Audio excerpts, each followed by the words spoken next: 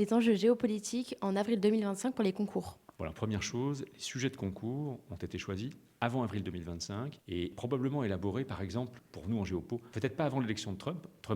Les sujets de concours ont sûrement été décidés après novembre, mais en tout cas, ils ont été élaborés ou décidés avant les 100 jours que nous vivons actuellement. Donc il ne faut pas imaginer que les sujets de concours vont porter sur une actualité brûlante. L'actualité ne définit pas toujours les sujets. On a des sujets qui sont en rapport avec le monde de manière générale. Alors maintenant, si la question c'est quels sont en quelque sorte les grands sujets en ce moment qui secouent le monde, qu'il faudrait évoquer dans une copie, il y a évidemment des choses liées au retour de la guerre traditionnelle. Il a été coutume de dire que depuis 1945, les grandes guerres interétatiques avaient cédé le pas face à des guerres civiles au sein des États. Nous revoyons aujourd'hui des épisodes de guerres interétatiques, évidemment au Proche-Orient, évidemment en Ukraine aujourd'hui, entre Pékin et Taïwan. Donc ça, c'est une thématique très forte du moment. Il y a une thématique évidemment qu'il faudrait aborder si ça s'y prête, même si les gens qui ont élaboré les sujets n'y pensaient pas encore puisque ce n'était pas arrivé, mais c'est la remise en cause de l'ordre international de 1945 que nous voyons se défaire sous nos yeux. Mais encore une fois, on ne pourra pas organiser une dissertation entière sur les 3 premiers mois de la présidence Trump. C'est un élément, en quelque sorte, de terminus ad quem, c'est-à-dire